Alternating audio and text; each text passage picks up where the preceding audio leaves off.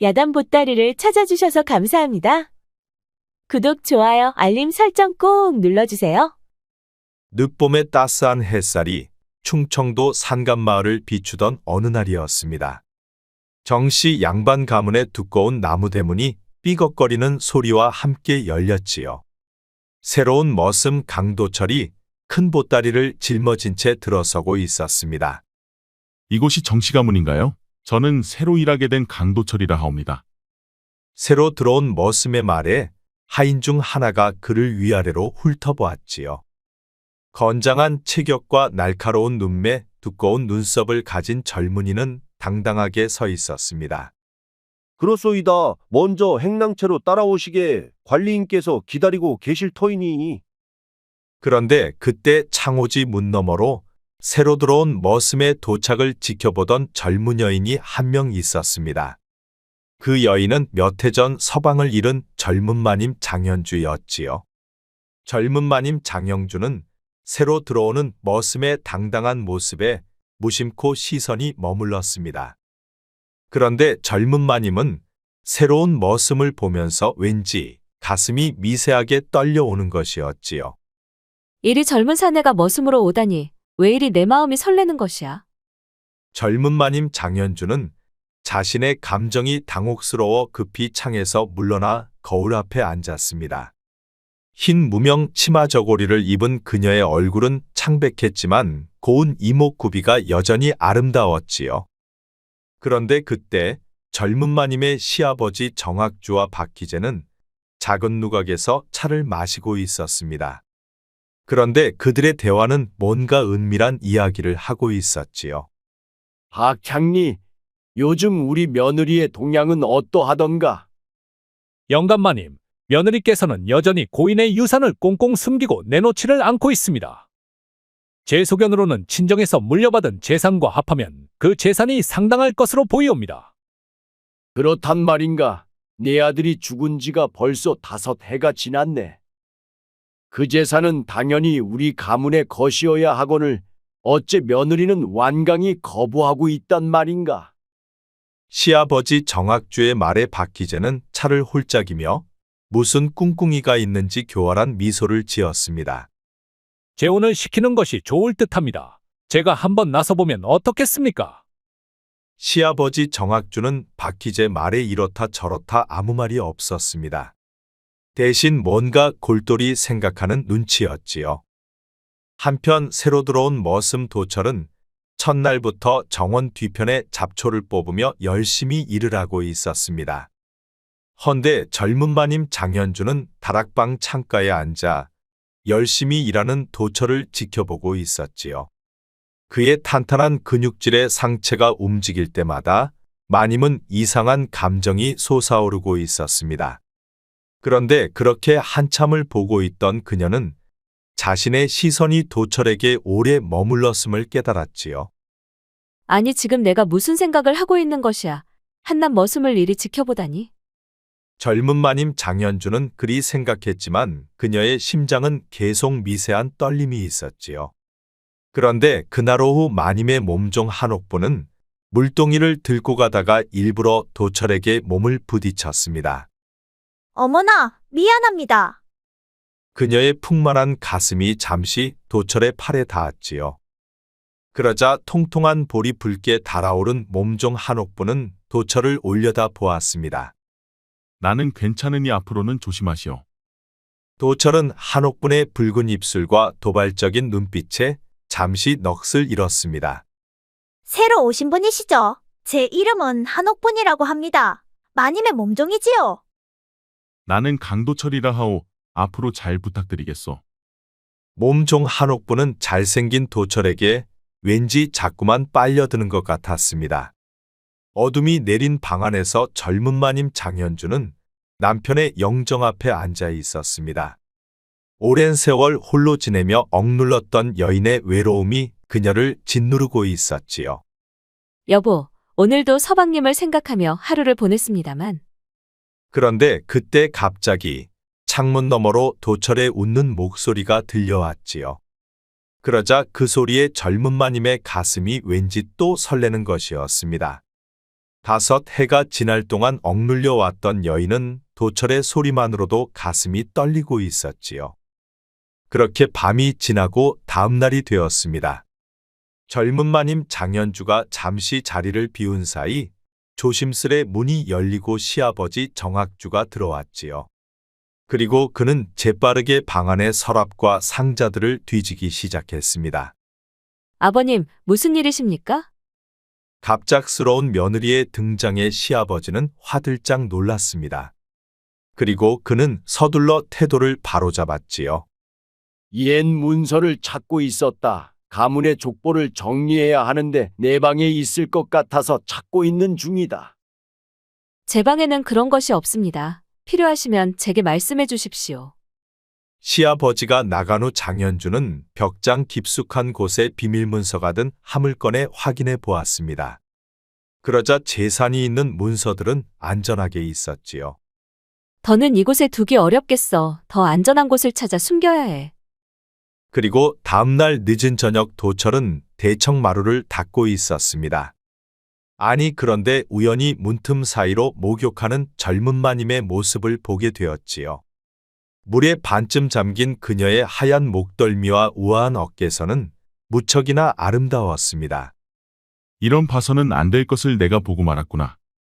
도철은 서둘러 시선을 돌리려 하였지만 그의 눈은 자꾸만 그녀를 향하고 있었지요.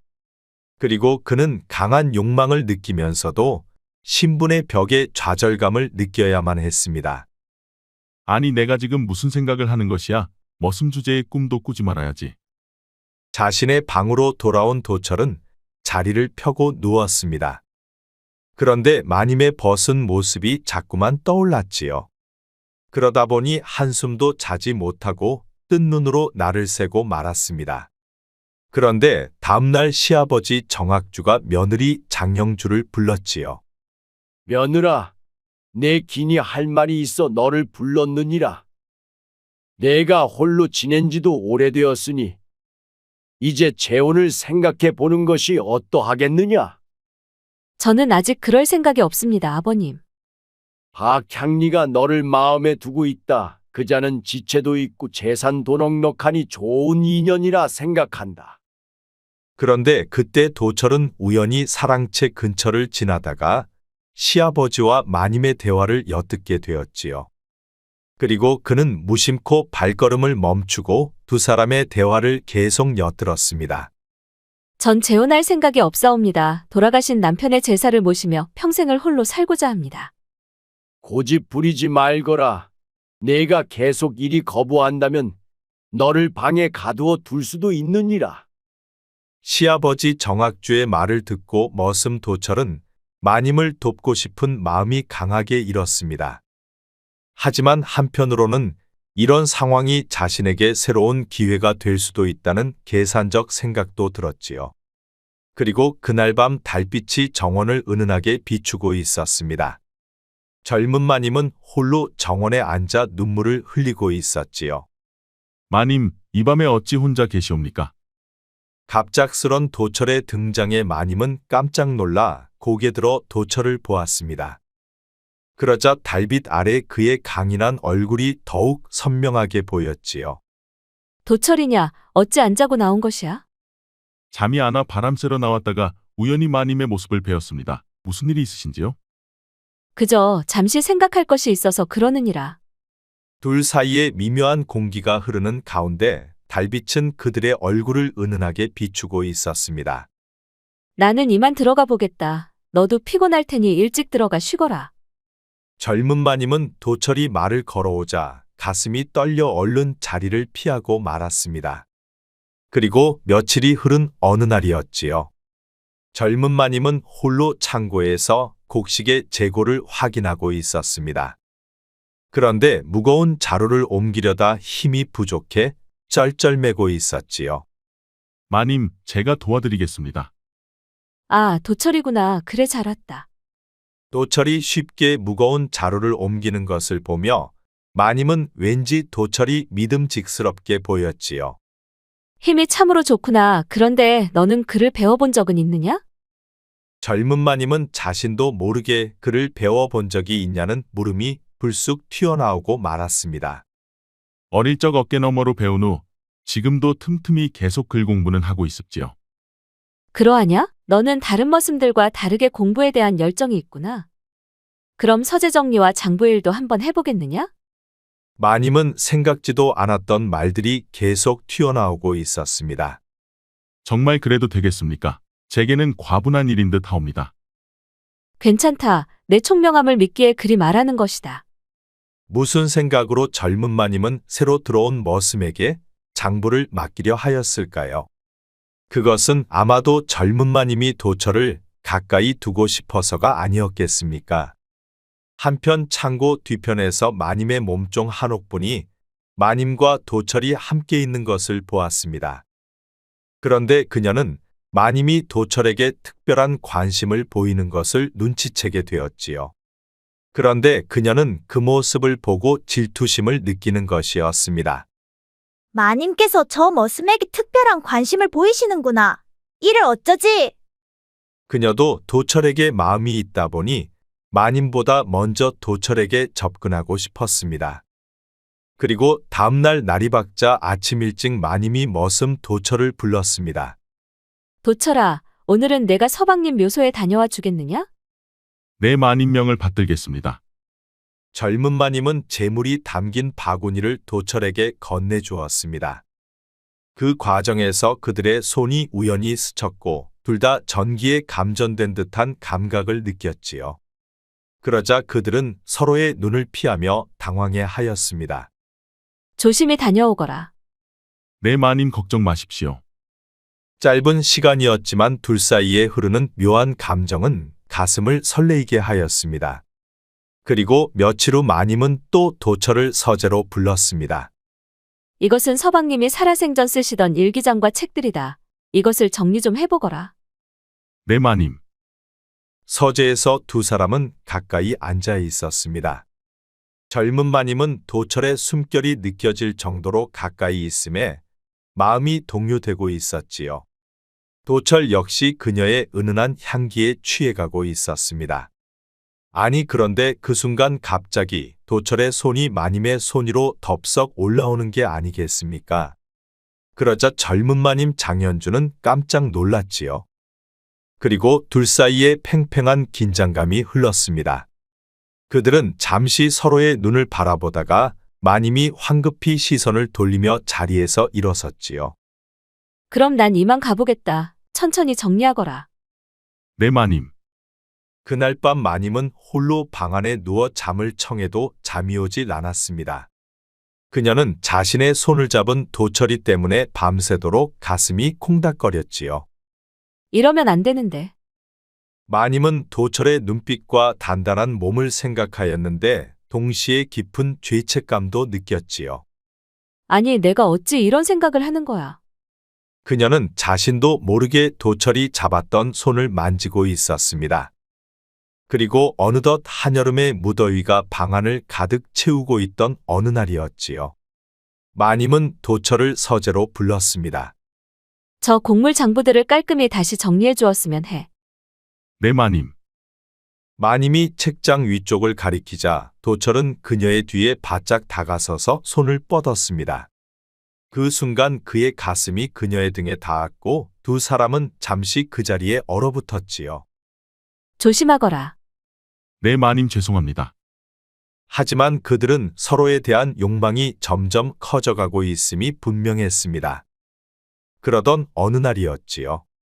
도철은 마님이 없는 틈을 타 그녀의 방안을 살펴보고 있었습니다. 그는 조심스럽게 옷장을 열어보았는데 마님의 속옷이 많이 있었지요. 뭐 하고 계시는 거예요? 갑작스러운 몸종 한옥분의 목소리에 도철은 깜짝 놀라 뒤를 돌아보았습니다.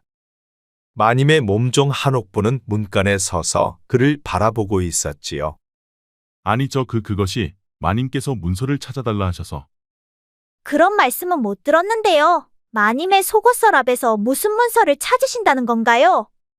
갑자기 도철의 얼굴이 붉어졌습니다. 그는 창피함과 당혹감으로 어쩔 줄 몰라 했지요. 혹시 이런 것이 보고 싶으신 건가요? 몸종은 그에게 더 가까이 다가가 작은 목소리로 속삭였습니다. 저를 따라와 보세요. 제가 보여드릴 게 있어요. 몸종 한옥부는 도철을 데리고 어두운 창고 안으로 들어갔습니다. 그리고 창고 깊숙한 곳으로 그를 데려갔지요. 이곳에는 우리밖에 없으니 안심하셔요. 아니 왜 날 여기로 데려온 거요?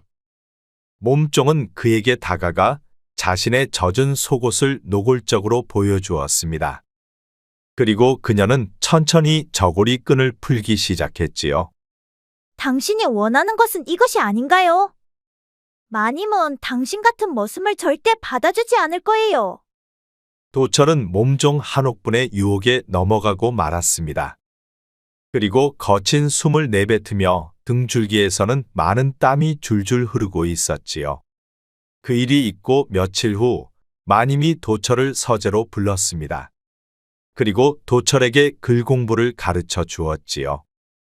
그런데 그는 놀라울 정도로 습득 능력이 무척 빨랐습니다. 아니, 이리 빨리 배우다니 정말 놀랍구나. 마님께서 잘 가르쳐 주신 덕분입니다. 앞으로도 더 많이 배우고 싶습니다. 그들은 책을 펴놓고 어깨가 맞닿을 정도로 가까워져 있었습니다. 이 문장의 뜻을 설명해 보겠느냐? 꽃이 피고 지듯 인생도 자연의 이치를 따르는 것이라. 그가 막힘없이 문장을 읽어내려가자 마님은 감탄을 하였습니다. 도철의 지적인 모습에 그녀는 더 깊은 매력을 느꼈지요. 그런데 그날 밤 도철은 마님의 몸종 한옥분과 또 한 방에 있었습니다. 오늘 낮에도 마님과 함께 있었지요? 그저 글을 배우고 있을 뿐이요. 정말 그뿐인가요? 당신이 마님을 바라볼 때면 눈빛이 달라 보이던데요? 아니 무슨 말을 하고 싶은 거요? 마님은 양반이세요. 당신 같은 천한 머슴과는 결코 이루어질 수가 없어요. 하지만 나는 당신과 신분이 같으니 나하고만 만나고 마님을 향한 헛꿈은 꾸지 말아요. 도철은 몸종의 말에 무척 혼란스러웠습니다. 비록 몸종과 유의를 즐기고는 있지만 마음은 온통 마님에게 가 있었기 때문이었지요. 그런데 젊은 마님도 도철과 몸종의 관계를 의심하고 있었습니다. 하지만 그녀는 신분과 체면 때문에 내색할 수도 없었지요. 그런데 젊은 마님은 도철을 몸종 한옥분에게 빼앗기고 싶지는 않았습니다. 그리하여 도철을 좀 더 가까이 두려고 도철을 서재로 불러냈지요. 도철아, 이제부터 내가 우리 집안의 장부도 관리해 보거라. 아니 마님 그런 중요한 일을 제게 맡기시다니요. 과분합니다요. 내 능력을 믿기에 그러는 것이다. 마님은 도철이 몸종과 붙어 있는 시간을 주고 싶지가 않았습니다. 그리하여 도철에게 서재에서 할 수 있는 장부 일을 자꾸 늘려주었지요. 그런데 마님은 양반 체면에 자신이 먼저 도철을 유혹할 수가 없었습니다. 마음은 이미 도철에게 가 있었지만 솔직히 마님은 그럴 용기도 없었지요. 그런데 어느 날이었습니다. 갑자기 시아버지가 쓰러져 알아누웠지요. 아버님, 어디가 편찮으신지요? 마님은 시아버지의 방을 찾아가 상태를 살펴보았습니다. 가슴이 답답하고 숨이 가쁘구나. 내가 오래 살지는 못할 것 같다. 그런 말씀 마세요. 곧 좋아지실 겁니다. 젊은 마님은 의원을 불러와 시아버지를 치료하였습니다. 그리고 늦은 밤 젊은 마님 장현주는 자신의 방으로 돌아와 깊은 생각에 잠겼지요. 시아버지의 병은 가문의 위기를 가져올 수도 있었습니다. 시아버지가 잘못되면 음흉한 박희재로부터 무슨 일이 벌어질지 모르기 때문이었지요. 그녀는 무척 걱정이 되어 도철을 불러 고민을 이야기했습니다. 도철아, 부르셨습니까 마님? 잠시 들어오너라. 내게 할 말이 있다. 도철이 방으로 들어서자 마님은 시아버지의 병으로 인한 문제를 털어놓았습니다. 박희재가 이를 틈타 농간을 부리려 한다는 것도 모두 털어놓았지요. 이 어려운 시기에 내가 믿고 의지할 사람은 너밖에 없구나. 마님을 위해서라면 제가 무엇이든 하겠습니다. 마님이 자신을 믿고 의지한다 말하니 도철은 마음이 무척 뿌듯하였지요. 그리고 마님은 남편의 죽음과 박희재가 연관되어 있다는 것도 말해 주었습니다. 내 남편은 박희재와 거래를 하다가 의문의 사고로 죽었어. 나는 그가 단순한 사고로 죽은 것이 아니라고 생각해. 혹시 증거라도 있으신지요? 확실한 증거는 없어. 하지만 직감이 그리 말하고 있어. 그녀는 도철에게 자신의 과거를 계속해서 털어놓고 있었습니다. 어떻게 남편과 결혼했고 남편이 죽고 난 후 시가에서 얼마나 억압받아 왔는지 고백을 하였지요. 나는 외롭고 두려웠다 도철아. 이 큰 집에서 혼자 싸워야만 하는 게 무척 버겁구나. 그녀의 눈에는 눈물이 고여 있었습니다. 그 모습을 보고 도철은 그녀의 눈물을 닦아주었지요. 마님 괜찮으십니까? 고맙다 도철아. 내가 있어. 내가 조금은 위안이 되는구나. 그렇게 그날 밤 젊은 마님 장현주는 고민을 털어놨고 도철은 젊은 마님의 고민을 모두 알게 되었지요. 그리고 며칠 후 도철은 마님의 지시로 박희재를 미행하고 있었습니다. 그는 마을 주막에서 박희재와 그의 부하들이 대화하는 것을 엿들었지요. 정 영감이 오래 버티지는 못할 것이다. 그가 죽으면 며느리는 더 이상 보호받지 못할 테니 그때가 우리의 기회다. 그 여인의 재산이 상당하다고 들었습니다만. 그렇지. 처가에서 물려받은 재산까지 하면 어마어마한 재산이야. 도철은 박희재의 계략을 엿듣고 주막을 나서려 했지만 불행히도 부하들에게 발각되고 말았습니다. 저기 누군가 우리들의 이야기를 엿들었어. 도철은 황급히 달아났지만 좁은 골목에서 그들에게 둘러싸이고 말았습니다. 그리고 몸싸움이 벌어졌고 도철은 가까스로 그들을 따돌렸지만 어깨에 깊은 상처를 입었지요. 반드시 도망쳐 집으로 돌아온 도철은 곧바로 마님을 찾아가 말했습니다. 마님, 중요한 정보를 알아냈습니다. 아니 이게 웬일이냐. 너 크게 다쳤구나. 도철은 박희재와 시아버지 정학주가 결탁해 마님의 재산을 노리고 있다는 것을 보고했습니다. 그러자 마님은 시아버지까지 박희재와 한통속이라는 말을 듣고 깜짝 놀라고 말았습니다. 하지만 곧 걱정스러운 표정으로 도철의 상처부터 살펴보았지요. 일단 옷부터 벗거라. 얼른 상처부터 치료해야겠다. 도철은 천천히 저고리를 벗었습니다. 그의 단단한 상체가 드러나자 젊은 마님 장현주는 잠시 시선을 돌렸다가 다시 상처에 집중하였지요. 상처가 깊구나. 그녀는 약초를 갈아 상처에 발라주었습니다. 그녀의 섬세한 손길이 도철의 맨살에 닿을 때마다 두 사람 모두 숨이 가빠지고 있었지요. 아프니? 괜찮습니다, 마님. 그들은 눈이 마주쳤고 시간이 멈춘 듯 했습니다. 그 순간 젊은 마님의 손이 도철의 가슴에 머물렀고 도철은 참았던 욕망을 더 이상 견디지 못했지요.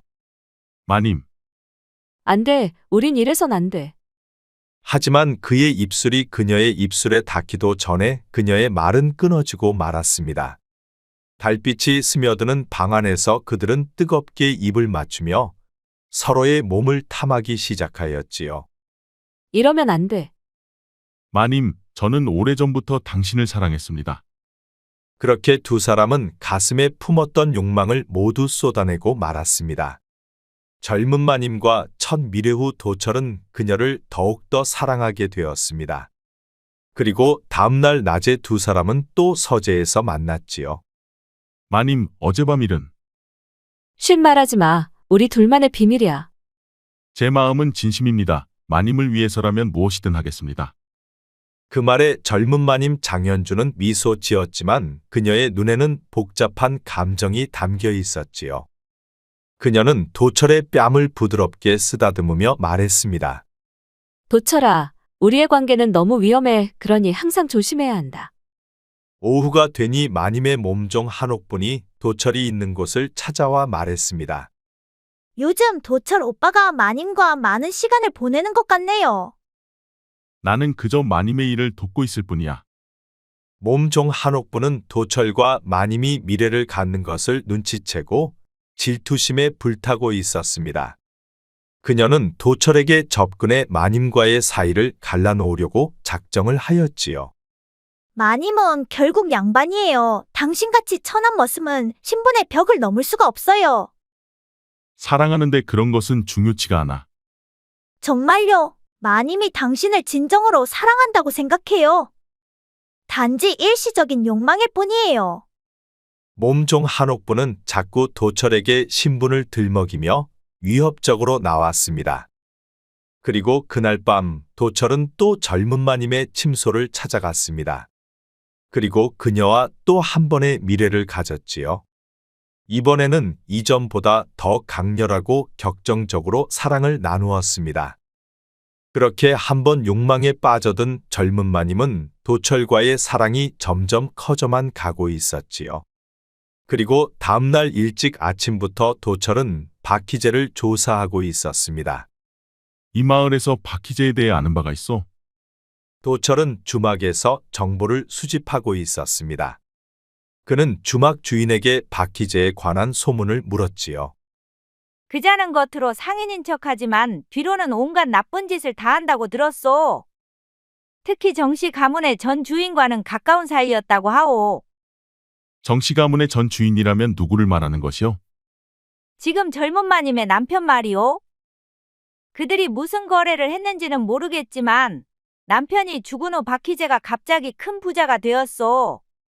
도철은 주막 주인의 이야기를 듣고 박희재의 정체가 무척 의심이 되었습니다. 마님의 남편이 박희재와 거래하다 의문의 죽음을 맞았기 때문이었지요. 한편 몸종 한옥부는 집에서 일하는 노파를 찾아가 뭔가를 물어보고 있었습니다. 할머니, 최근에 마님방에서 무슨 이상한 점은 없었나요? 무슨 말인지 도통 모르겠구나, 아가. 몸종 한옥부는 최노파를 통해 도철이 마님과 맺은 관계의 증거를 찾아내려 하였습니다. 최노파는 처음에는 망설였지만 결국 한옥분의 끈질긴 설득에 넘어갔지요. 그저 며칠 전 마님방을 청소하다가 남자 옷 조각을 하나 발견했다만. 그것 좀 보여주세요. 최노파는 도철의 옷에서 찢어진 듯한 작은 천 조각을 한옥분에게 건넸습니다. 몸종 한옥분은 그것을 보며 소리 없이 미소를 지었지요. 그 시각 서재에서는 마님과 도철이 대화를 나누고 있었습니다. 도철아, 이곳에 남편이 남긴 비밀 금고가 있단다. 젊은 마님 장현주는 도철에게 방 한쪽 벽에 숨겨진 비밀 금고를 보여주었습니다. 그녀는 도철의 사랑이 진심인지 확인을 해보고 싶었지요. 이 안에 우리 가문의 중요한 재산 문서가 들어있어. 나만 아는 비밀이었는데 이제 너에게도 알려주마. 마님, 이토록 중요한 비밀을 어찌 제게 알려주시는지요? 나는 너를 믿기 때문이야. 하지만 마님은 그 안에 진짜 문서가 아닌 가짜 문서를 넣어 도철을 시험하려고 한 것이었습니다. 그녀는 단지 도철의 진심을 알고 싶었을 뿐이었지요. 박향리님, 잠시 드릴 말씀이 있습니다. 한편 몸종 한옥부는 도철을 마님에게 빼앗겼다고 생각하고 질투와 분노가 끌어올랐습니다. 그리하여 그녀는 박희재에게 접근을 하였지요. 내가 정가의 하녀라고 했느냐? 무슨 일로 날 찾아온 것이야? 마님이 새로운 머슴 도철하고 무슨 관계가 있는 것 같아요. 그 말에 박희재의 눈이 갑자기 반짝였습니다. 그래서 그는 몸종 한옥분을 얼른 안으로 들였지요. 자세히 좀 말해보거라. 그리고 다음날 늦은 밤 몸종 한옥분이 이번에는 도철을 찾아갔습니다. 그녀의 눈에는 질투와 분노가 가득했지요. 오늘도 마님과 즐거웠나요? 도대체 무슨 말을 하는지 모르겠어. 모르는 척하지 마세요. 당신과 마님이 정원에서 하는 것 다 봤어요. 도철은 순간 무척 당혹스러웠습니다. 그러자 몸종은 곧바로 태도를 바꾸어 말했지요. 마지막으로 한 번만 더 나를 안아줘요. 도철은 마님에 대한 죄책감을 느끼면서도 몸종의 유혹에 또 넘어가고 말았습니다. 마지막이라는 말에 도철은 몸종 한옥분과 관계를 맺었지요. 그런데 몸종은 이를 증거로 남기기 위해 몰래 도철의 옷 조각을 챙겼습니다. 그리고 며칠이 지난 어느 날이었지요. 마님의 시아버지 정학주가 갑작스럽게 병세가 호전되었습니다. 며느라, 내가 병석에 있는 동안 집안에 별일은 없었느냐? 네, 아버님. 아무 일도 없었습니다. 새로 들어온 머슴이 꽤 일을 잘한다고 들었다만. 며느리 장현주는 시아버지의 날카로운 눈빛에 바짝 긴장이 되었습니다. 네, 도철이는 성실하고 총명합니다. 시아버지 정학주는 무언가 의심스러운 눈빛을 하고 며느리를 바라보았습니다. 그날 오후 젊은 마님은 도철과 창고에서 만났습니다. 더 조심해야겠습니다, 마님. 영감께서 돌아오셨으니까요. 그래, 알고 있어. 그래서 이제 여기에서 만나는 것이야. 그들은 정원 뒤 인적 없는 폐가가 된 창고에서 은밀히 만나고 있었습니다. 그리고 또 미래를 즐겼지요. 미래가 잦아지면서 도철은 더욱 대담해져 가고 있었습니다. 어느 날 밤 그는 그녀가 자고 있는 방에 직접 들어가려 하였지요. 오늘은 마님을 깜짝 놀라게 해드려야지. 그가 마님의 방문을 열려는 순간 갑자기 복도 끝에서 기침 소리가 들렸습니다. 그러자 도철은 황급히 몸을 숨겼지요. 몸종 한옥분이 마님의 방으로 도철이 가는 것을 막기 위해 복도를 지키고 있었던 것이었습니다. 다음날 날이 밝자 젊은 마님은 도철을 서재로 불러 말했습니다. 도철아, 내가 과부가 되다 보니 내 재산을 탐내는 사람들이 많단다. 제가 어떻게 도우면 되겠습니까요? 내가 내 주변 사람들을 면밀히 감시를 해주면 좋을 것 같아. 마님을 위해서라면 무엇이든 하겠습니다요, 마님. 젊은 마님은 아직도 도철의 진심이 확인되지 않아 도철을 다시 시험해 보기로 하였습니다. 그리하여 하인들 전체를 통솔할 수 있는 커다란 권한이 있는 관리인의 역할을 주었지요. 그러다 보니 도철은 이제 하인들 사이에서 막강한 권위를 가지게 되었습니다. 그러자 도철은 농사를 맡고 있는 관리인 김순탁을 불러 지시를 하고 있었지요. 이번에 수확한 곡식을 내일까지 모두 창고에 옮겨 놓으시오. 알겠소. 하지만 내일까지는 어렵소. 마님의 명령이요. 불만 있는 것이요. 김순탁은 억울한 표정으로 고개를 숙였습니다. 도철은 그동안 자신을 무시해왔던 김순탁에게 은근히 복수를 하고 있었지요. 그러던 어느 날 몸종 한옥부는 마님과 도철이 창고에서 미래하는 장면을 목격하게 되었습니다. 그녀는 숨을 죽이고 구멍 사이로 그들을 지켜보았지요. 이제 나도 더 이상 못 참아. 두 사람 다 끝장내고 말 것이야. 자신이 좋아한 도철이 틈만 나면 마님과 미래를 나누는 것을 보고 몸종 한옥부는 도저히 참을 수가 없었지요. 그런데 시아버지 정학주는 농사 관리인 김순탁을 사랑채로 불러 대화를 나누고 있었습니다. 김순탁, 그 새로운 머슴에 대해 더 알아보았느냐? 네, 영감마님. 도철이라는 자가 요즘 갑자기 관리인이 되어 실력 행사를 크게 하고 있습니다요. 아무리 마님의 명령이라지만 마님과 뭔가 있는 게 분명합니다. 김순탁의 말을 듣고 시아버지 정학주는 무척 놀라면서 깊은 생각에 잠겼습니다.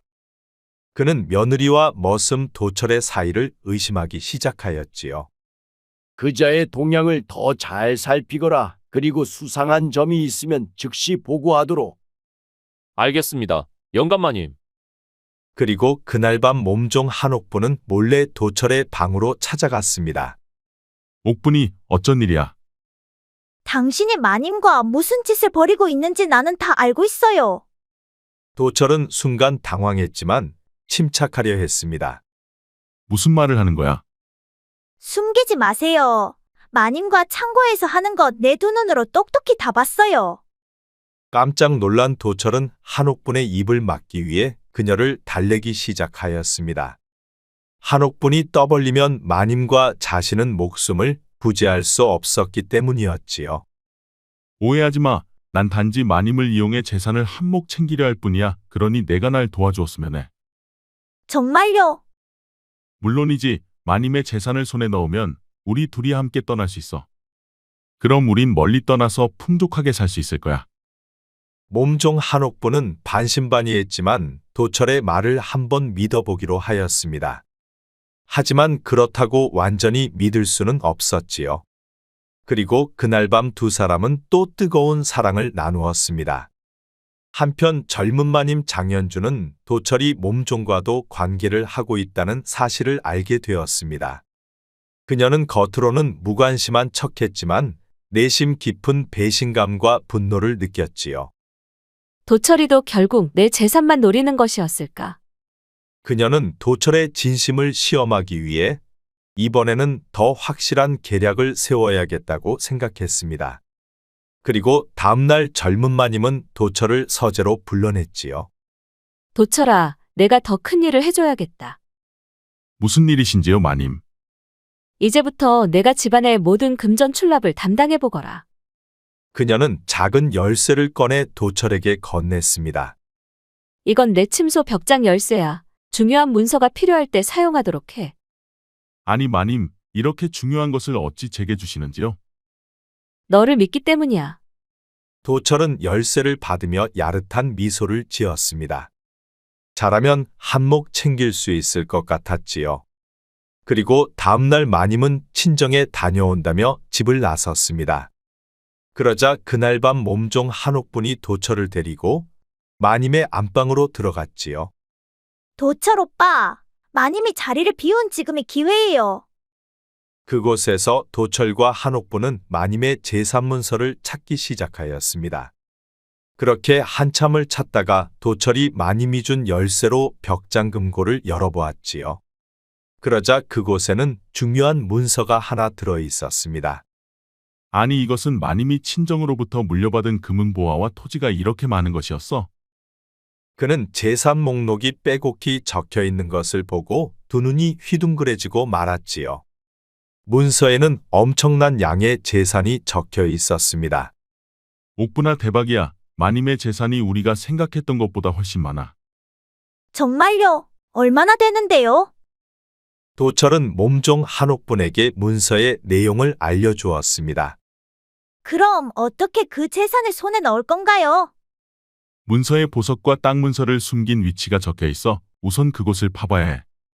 어두운 밤 도철과 몸종 한옥부는 문서에 적힌 창고 뒤를 파헤치기 시작하였습니다. 여기가 맞을 거야. 문서에 적힌 위치와 일치해. 빨리 찾아봐요, 오빠. 그리고 돈을 찾으면 우리 멀리 떠나 행복하게 살아요. 그들은 열심히 땅을 파헤쳤고 마침내 작은 상자를 발견했습니다. 찾았다. 오빠 해냈어요, 우리. 흥분한 도철과 한옥부는 한바구음을 지며 서로를 껴안았습니다. 아니 그런데 갑자기 이게 뭔 일이랍니까? 그 순간 갑자기 주변이 환하게 밝아지는 게 아니겠습니까? 찾는 걸 발견하였느냐? 도철과 한옥부는 깜짝 놀라 뒤돌아보았습니다. 그러자 마님이 하인들을 이끌고 팔짱을 낀 채 서 있었지요. 여봐라, 저 두 연놈을 잡아오거라. 하인들이 몰려와 도철과 한옥분을 붙잡았습니다. 그러자 도철은 자신이 함정에 빠졌음을 곧 깨달았지요. 도철아, 상자를 열어보거라. 도철은 떨리는 손으로 상자를 열어보았습니다. 그런데 상자 안에는 보석이나 문서가 아닌 종이 한 장만 달랑 들어 있었지요. 그 종이에 써있는 문구를 읽어보거라. 마님의 명예 도철은 어쩔 수 없이 상자 속 종이에 적힌 글을 읽었습니다. 탐욕은 멸망의 씨앗이니라. 이 교훈을 꼭 기억하길 바란다. 이제 내가 무엇을 잘못했는지 알겠느냐? 제발 한 번만 용서해 주셔요, 마님. 제가 죽을 죄를 지었습니다요. 도철과 한옥부는 하인들에게 붙잡혀 창고에 감금되고 말았습니다. 이게 다 당신 때문이에요. 당신만 믿었더니 이게 뭐냔 말이에요. 이게 내 탓이라고? 내가 날 유혹한 거잖아. 당신은 처음부터 마님만 바라본 거잖아요. 그리고 날 가지고 놀기만 했잖아요. 감금된 공간에서 도철과 한옥부는 서로를 원망하고 있었습니다. 너는 왜 나를 배신했지? 감금된 지 하루가 지난 후 마님은 창고를 찾아와 도철을 신문했습니다. 이미 몸종 한옥부는 다른 곳으로 옮겨진 뒤였지요. 마님지는 입이 열개라도 할 말이 없습니다. 정말 죄송할 따름입니다. 내가 너를 얼마나 믿었는데 너는 왜 그랬니? 도철은 고개를 푹 숙였습니다. 저는 신분의 한계를 넘어서고 싶었습니다. 평생 머슴으로 살아야 한다는 좌절감과 분노가 저를 두렵게 하였지요. 하지만 마님만은 진심으로 사랑했습니다. 처음에는 재산 때문이었을지 모르지만 점점 마님을 진심으로 사랑하게 되었지요. 그의 솔직한 고백에 마님은 잠시 감정이 흔들렸습니다. 사랑이라 그게 진심이었다면 왜 배신을 선택했니? 재물에 대한 욕심 때문이었습니다. 용서해 주십시오, 마님. 젊은 마님은 말없이 도철을 오랫동안 바라보았습니다. 그녀의 눈에는 복잡한 감정이 담겨 있었지요. 그런데 그 일이 있고 며칠 후 갑자기 시아버지 정학주가 쓰러져 위독한 상태가 되었지요. 마님, 영감마님께서 갑자기 쓰러지셨습니다요. 아니, 그게 정말이냐? 마님은 급히 시아버지의 방으로 달려가 보았습니다. 그러자 시아버지 정학주는 고통에 신음하며 누워 있었지요. 아버님, 괜찮으세요? 가슴이 터질 것 같다. 의원을 불렀지만 시아버지 정학주의 상태는 점점 악화되어 갔습니다. 그 때문에 밤새도록 마님은 시아버지를 병간호하였지요. 그런데 며칠 후 마님은 감금된 도철을 찾아 창고 안으로 들어왔습니다. 그 사이 그녀는 무척 초췌해져 있었지요. 도철아, 내 시아버지가 위독하다. 그게 저와 무슨 상관이지요? 의원이 말하길 무슨 특별한 약초가 있어야 한다고 해. 그럼 제가 어떻게 해드리면 되겠습니까요? 내가 마지막 기회를 주겠어. 내가 그 약초를 구해온다면 널 용서해주마. 마님 정말입니까? 그래, 하지만 실패하면 너는 영원히 끝이야. 도철은 마님의 눈빛에서 여전히 자신에게 남아있는 감정을 느낄 수가 있었습니다. 꼭 구해오겠습니다, 마님. 마님이 돌아가자 도철은 창고로 들어가 산에 갈 준비를 하였습니다. 그러자 마님의 몸종 한옥분이 도철을 말렸지요. 안 돼요. 도철 오빠 가지 마세요. 그건 함정일 거예요. 마님이 당신을 없애려는 계략이에요. 내가 스스로 저지른 일이니 내가 책임질 것은 책임질 것이야. 하지만 오빠 못 돌아오면 어떡해요? 그동안 미안했다, 옥분아. 사실 난 너를 이용한 것이었어. 정말 미안해. 설령 내가 돌아오지 못한다 하더라도 너만은 마님께 용서를 빌고 잘 살길 바래. 도철은 한옥분의 만류에도 불구하고 마지막이 될지도 모르는 산으로 약초를 구하러 떠났습니다. 눈 내리는 혹한 속에서도 도철은 약초를 찾아 헤매고 있었습니다. 눈이 펑펑 내리기 시작했고 그의 발걸음은 점점 더뎌졌지요. 어딜 가야 찾을 수 있지 그 약초는? 그는 며칠 동안 먹지도 못하고 의원이 말한 겨울에도 파랗게 피어 있다는 약초를 찾아다녔습니다. 그러다 추위와 굶주림으로 점점 기력이 다해가고 있어 이대로 죽을 수도 있다는 생각이 들었지요. 마님, 저는 정말 당신을 진정으로 사랑했어요. 그가 기력이 다해 쓰러지려는 순간 바위 틈에서 무언가를 발견했습니다. 그것은 바로 의원이 알려준 귀한 약초였지요. 찾았다. 도철은 죽어나기 직전에 약초를 손에 넣을 수가 있었습니다. 마님 약초를 찾아왔습니다요. 도철은 며칠 만에야 가까스로 마님이 있는 집까지 찾아올 수가 있었습니다. 그는 상처투성이에 지친 몸으로 약초를 마님에게 건넸지요. 도철아, 이게 어떻게 된 일이니? 마님은 크게 충격을 받은 듯 그를 바라보았습니다. 그러자 도철은 힘없이 미소를 지었지요. 마님 약속대로 구해왔습니다. 그리고 그는 그대로 쓰러져 의식을 잃고 말았지요. 마님은 그를 급히 방으로 옮겨 치료를 해 주었습니다. 그리고 약초를 다려 시아버지에게 주었는데 놀랍게도 시아버지의 병세가 호전되기 시작하였지요. 그리고 며칠 후 의식을 잃었던 도철이 깨어났습니다. 정신이 들어, 도철아? 도철은 희미하게 보이는 마님의 얼굴을 보았습니다. 마님, 영감마님은 어떠신가요? 아버님은 회복 중이셔. 내가 가져온 약초 덕분이야. 도철은 마님의 말을 듣고 안도의 한숨을 쉬었습니다. 왜 그렇게 위험을 무릅쓰고 돌아왔니? 도망칠 수도 있었을 텐데. 제 잘못을 조금이나마 만회하고 싶었습니다. 그리고 마님을 다시 보고 싶어서였지요. 그 말에 마님의 눈가는 촉촉해져 있었습니다. 한편 며칠 후 시아버지의 건강이 회복되자 마님은 시아버지를 부축하여 마당을 거닐고 있었습니다. 그런데 갑자기 음흉한 박희재가 불쑥 들어왔지요. 정참봉께서 건강을 회복하셨다니 참으로 다행입니다. 그런데 제가 들은 소문이 하나 있습지요. 무슨 소문을 말하는 것이오? 대개 며느리와 머슴 사이가 그렇고 그런 관계라는 소문이지요. 그 말에 시아버지 정학주의 표정이 굳어지고 며느리 장현주는 얼굴이 창백해졌습니다. 그런데 이때 멀찍이서 이를 지켜보고 있던 도철이 달려와 박희재에게 말했지요. 박향리, 그런 허튼 소리를 퍼뜨리지 마시오. 무슨 증거라도 있어? 아니, 내가 감히 내게 대드는 것이냐? 박희재는 도철에게 달려들었고 두 사람 사이에 몸싸움이 벌어졌습니다. 그 과정에서 박희재는 칼을 꺼내 도철의 가슴을 찔렀지요. 도철은 가슴에 깊은 상처를 입었지만 마지막 힘을 다해 박희재를 제압하였습니다. 그런데 그 과정에서 박희재의 품속에서 어떤 문서 하나가 떨어졌지요. 그러자 시아버지는 그 문서를 주워 읽어보았습니다. 그러자 아들의 죽음 뒤에는 박희재가 있었던 것이었지요.